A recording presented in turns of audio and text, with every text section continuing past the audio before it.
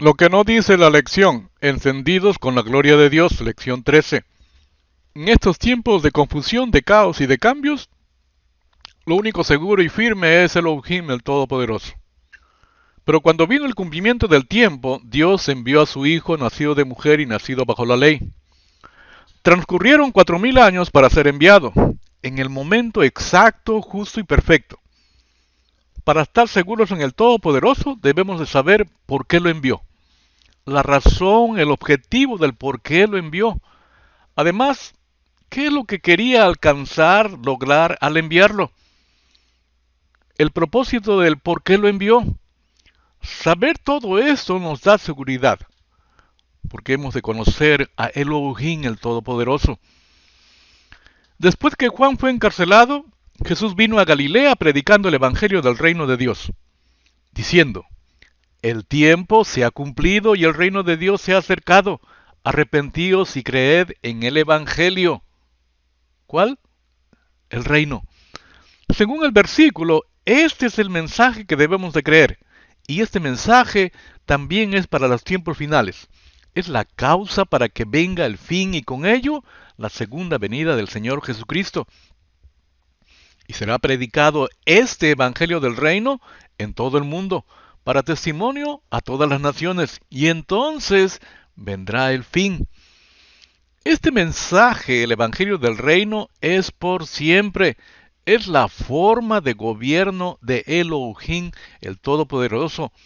Cristo les dice a los fariseos: de cierto os digo que los publicanos y las rameras van delante de vosotros al reino de Dios. Porque vino a vosotros Juan en camino de justicia y no le creísteis, pero los publicanos y las rameras le creyeron. Y vosotros, viendo esto, no os arrepentisteis después para creerle. Eterno o eterna no tiene ninguna relación con años, más bien tiene relación con forma, condición. Ejemplo: escoge pues la vida para que vivas tú y tu descendencia. En el reino de Dios no hay súbditos, es un reino de reyes sirvientes, es una forma de vivir, es cultura, pero del reino.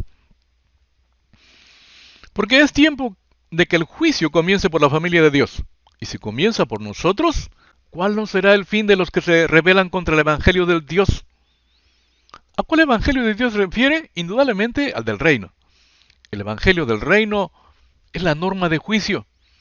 Si empieza por la casa de Dios, la iglesia de Pedro, las ovejas perdidas de la casa de Israel, él pregunta: ¿cómo será con aquellos que dentro de la iglesia no creen al Evangelio del reino? Por Mateo 24:14, el Evangelio del reino es para los tiempos finales. También porque es la razón de que venga el fin. Recordemos que ignorancia para nosotros no es excusa. ¿O pensaremos que esto no es verdad presente? ¿O tendremos un mejor mensaje que este? Este es el mensaje que restaura lo que perdimos en la desobediencia. Los que recibieron la promesa del Padre que oíste de mí, y con ello, listos, sellados para salvación, listos para enfrentar, resistir todas las miserias del enemigo, y listos al regreso de nuestro Señor. Entonces el reino de los cielos será semejante a 10 vírgenes, que tomando sus lámparas salieron a recibir al esposo. 5 de ellas eran prudentes y 5 insensatas. Las insensatas, tomando sus lámparas, no tomaron consigo aceite, mas las prudentes tomaron aceite en sus vasijas juntamente con sus lámparas. Y tardándose el esposo, cabecearon todas y se durmieron. Todas tenían aceite y aún así se durmieron. La diferencia está en que las insensatas no tomaron consigo aceite extra, las prudentes sí. Esto significa que las insensatas tienen lámpara con aceite para ciertas ocasiones.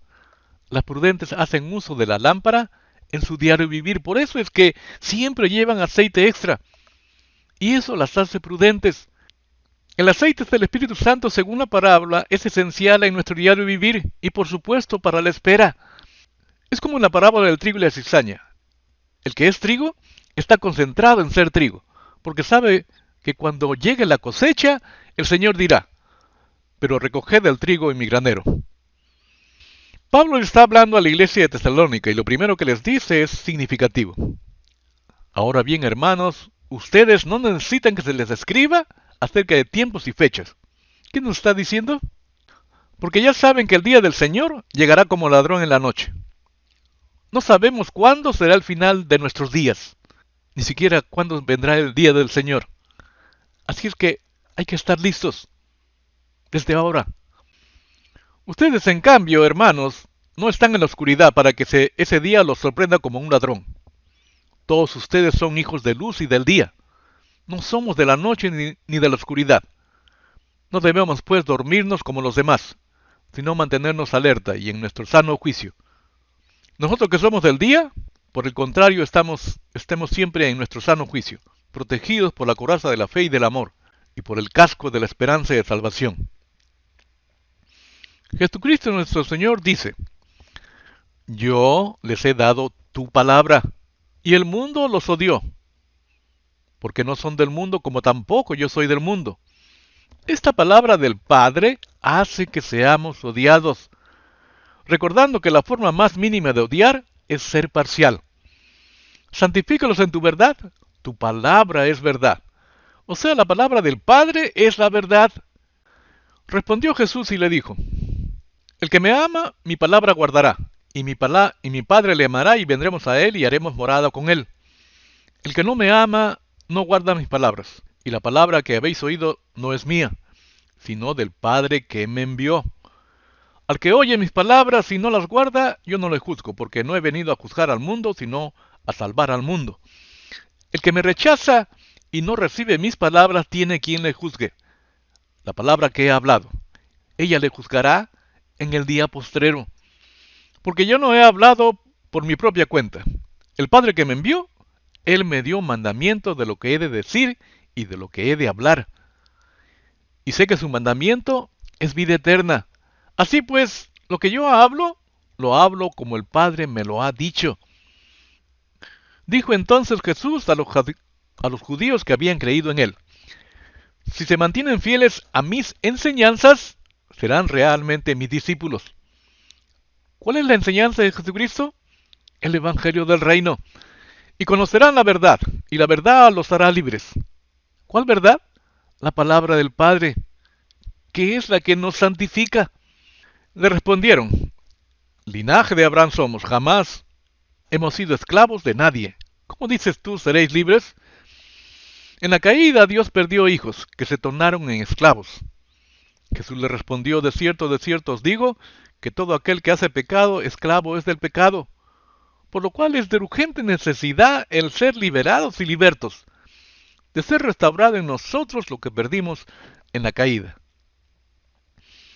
Con Martín Lutero se inicia la reforma a la Iglesia Católica, pero no en su estructura, sino en el ejercicio de los lineamientos del sistema. Mediante las 95 tesis denunció la corrupción del sistema, el papado, como la venta de indulgencias, que era comprar el perdón de pecados de Dios por dinero tanto de vivos como de muertos, que la Iglesia Católica vendía para la construcción de la Catedral de San Pedro, lo que ponía al papado por encima de la autoridad de la Biblia, y también sobre ciertas cuestiones teológicas como la justificación por la fe, la Eucaristía, etc. Y el resultado: iglesias protestantes, pero con el mismo sistema, la misma estructura. Rige una en beneficio del sistema. Ahora rige la mayoría en beneficio del sistema. En los tiempos de Israel, si bien es cierto la autoridad para regir a la ley y los profetas, pero la cúpula sacerdotal la había pervertido en su beneficio para regir y permanecer en el poder, el grupo, el Sanedrín. Hay otro sistema que no es de este mundo. Respondió Jesús: Mi reino no es de este mundo. Si mi reino fuera de este mundo, mis servidores pelearían para que yo no fuera entregado a los judíos, pero mi reino no es de aquí. En el reino de Dios es la regencia de uno en beneficio de los demás, en beneficio de ti, de mí, de nosotros. En el capítulo 9 de Hebreos empieza a hablar del tabernáculo del santuario. Ahora bien, aún el primer pacto tenía ordenanzas de culto y el santuario terrenal, con un lugar santo en el cual oficiaban diariamente y un lugar santísimo en el cual oficiaba el sumo sacerdote una vez al año. Mediante esas ordenanzas, el Espíritu Santo daba a entender que la entrada al lugar santísimo no estaba abierta a todos, en tanto siguiera en pie la primera tienda y el sistema que representaba. Todo esto es un símbolo para el tiempo presente, pues las ofrendas y sacrificios que allí se ofrecen a Dios no pueden hacer perfecta la conciencia de los que así la traen. No se trata más que de reglas externas relacionadas con alimentos, bebidas y diversas ceremonias de purificación, válidas solo hasta el tiempo señalado para reformarlo todo. ¿Qué es una reforma? Una reforma es aquello que se propone, proyecta o ejecuta con el objetivo de mejorar, enmendar, actualizar o innovar algo. La reforma no se presenta como un cambio radical y acelerado, como es el caso de la revolución, sino como una transformación gradual de un sistema, estructura, institución, etc. El sistema de Dios es mejorado por Él mismo, con un mejor pacto, basado en un mejor sacrificio, determinado desde antes de la fundación del mundo. Jesucristo, el Cordero. Si esto es así, ¿cuánto más la sangre de Cristo, quien por medio del Espíritu Eterno se ofreció sin mancha a Dios, purificará nuestra conciencia de las obras que conducen a la muerte, a fin de que sirvamos al Dios viviente? Y así una iglesia, tú, gloriosa, que no tuviese mancha ni arruga ni cosa semejante, sino que fuese santa y sin mancha, para servir al Dios viviente. Los cielos declaran la gloria de Dios y el firmamento anuncia la obra de sus manos. Un día emite palabra a otro día y una noche a otra noche declara sabiduría. No hay lenguaje ni palabras ni es oída su voz. Por toda la tierra salió su voz y hasta el extremo del mundo sus palabras. ¿Cómo es que los cielos cuentan la gloria de Dios sin lenguaje ni palabra? Ni siquiera escucha su voz y aún así lo que cuentan se escucha por todo lugar. ¿Podemos nosotros declarar la gloria de Dios sin palabras, sin lenguaje, sin voz? Evidentemente sí, porque los cielos lo hacen. La pregunta es ¿cómo? Cuando hablamos de la gloria, kabod en hebreo o doxa en griego de Dios, se refiere a su persona, a lo que representa y su reputación, a la plenitud de su presencia en la tierra, a la manifestación visible de sus atributos y carácter, y a la plena expresión de su naturaleza. En otras palabras, la gloria de Dios es la plena manifestación de su naturaleza. ¿Cómo se manifiesta el amor cuando no hay nada ni nadie? Atribuid a Jehová, oh hijos de los poderosos, atribuid a Jehová la gloria y el poder. Atribuid a Jehová la gloria debida a su nombre, adorad a Jehová en el esplendor de su santidad. Atribuirle de todo a Elohim Jehová, que es dueño de todo y de todos. Solo Él es responsable de la creación. Y en ella vemos la gloria de Dios, expuesto a sí mismo, en la creación. Esto es lo que nos dice Salmo 19. Dios hizo los cielos y puso en ellos su sello de creador, su gloria, y los cielos en su máxima expresión manifestaron esa gloria. Primer principio, es que Dios creó todo con gloria. Segundo principio, Dios creó todo para manifestar su gloria. Por lo tanto, nosotros, como dice el Salmo 29, atribuid a Jehová, oh Dios de los hijos de los poderosos, atribuid a Jehová la gloria y el poder. Nosotros que somos hijos del Altísimo, nos creó como la máxima expresión de su gloria. El propósito de Dios al crearnos como hijos fue para que pudiéramos vivir en comunión con Él, gobernar sobre la tierra como Él gobierna en el cielo, y manifestar su gloria mostrando plenamente la nuestra. Si todas las demás criaturas fueron diseñadas para mostrar la gloria de Dios, cuánto más nosotros la obra maestra más grande del arte de Dios. Si consideráramos a Dios como un artista, el hombre sería su obra maestra. Y sigue la pregunta, ¿cómo manifestamos la gloria de Dios sin palabras, sin voz? Estamos caídos en bancarrota espiritual, por ello no podemos. Yo, hermanos, no pude dirigirme a ustedes como espirituales, sino como inmaduros, carnales, apenas niños en Cristo. Les di leche porque no podían asimilar alimento sólido, ni pueden todavía.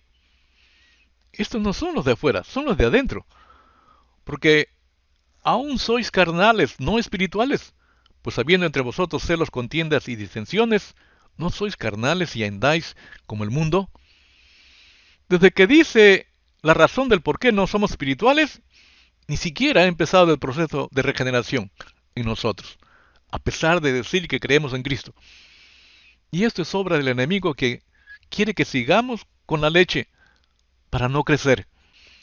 Porque debiendo ser ya maestros, después de tanto tiempo, tenéis necesidad de que se os vuelva a enseñar cuáles son los primeros rudimentos de las palabras de Dios. Y habéis llegado a ser tales que tenéis necesidad de leche y no de alimento sólido. Y todo aquel que participa de la leche es inexperto en la palabra de justicia porque es niño. Aquí se le llama al Evangelio del Reino camino de justicia. Pero el alimento sólido es para los que han alcanzado madurez, para los que por el uso tienen los sentidos ejercitados en el discernimiento del bien y del mal. Tenemos que ser restaurados de lo que perdimos en la caída.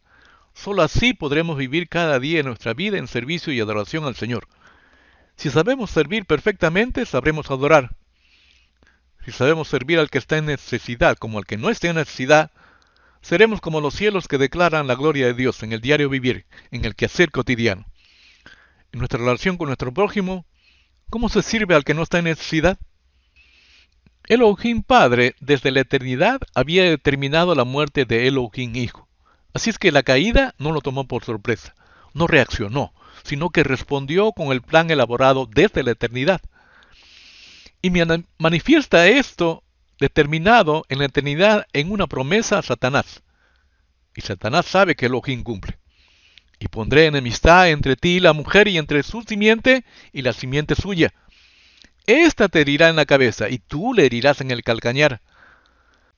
Voy a enviar a mi hijo y él te va a quitar toda autoridad y va a estampar mi autoridad sobre ellos, mis hijos. Pero cuando vino el cumplimiento del tiempo, Dios envió a su hijo nacido de mujer y nacido bajo la ley, 4000 años después. El siguiente día vio Juan a Jesús que venía a él y dijo: He aquí el Cordero de Dios que quita el pecado del mundo. Y de Jesucristo el testigo fiel, el primogénito de los muertos y el soberano de los reyes de la tierra, al que nos amó y nos lavó de nuestros pecados con su sangre. Esto es lo que ha hecho la sangre de Jesucristo, y alabamos y bendecimos al Padre por haberlo enviado y morir en lugar nuestro. Pero hay algo más que hace la sangre de Jesucristo. Y con ello la sangre de Jesucristo se constituye como el fundamento del programa de salvación de Elohim Padre. Dice: y nos hizo reyes y sacerdotes para Dios su Padre. A Él sea gloria e imperio por los siglos de los siglos. Amén. Su sangre. Y cantaban un nuevo cántico, diciendo: digno eres de tomar el libro y de abrir sus sellos. Porque tú fuiste inmolado, y con tu sangre nos has redimido para Dios de todo linaje, lengua, pueblo y nación. Y nos has hecho para nuestro Dios reyes y sacerdotes, y reinaremos sobre la tierra. La sangre de Jesucristo nos ha hecho reyes y sacerdotes para Elohim Padre. Además, así que hermanos, teniendo libertad para entrar en el lugar santísimo por la sangre de Jesucristo, acerquémonos a Dios con corazón sincero, en plena certidumbre de fe, purificados los corazones de mala conciencia y lavados los cuerpos con agua pura. Esto hacía el sumo sacerdote antes de entrar en su presencia, en el lugar santísimo. Se preparaba. Si entraba con motivos impuros, era consumido. Si costó la sangre de Jesucristo, tenemos que entrar. El sumo sacerdote entraba al lugar santísimo, y ahí solamente entraban sus sumos sacerdotes, por un solo día. Si nosotros entramos, debemos de quedarnos y vivir cada día de nuestra vida en su presencia. ¿Sabemos cómo? Y sí sabemos. Hasta aquí nuestra contribución a la lección.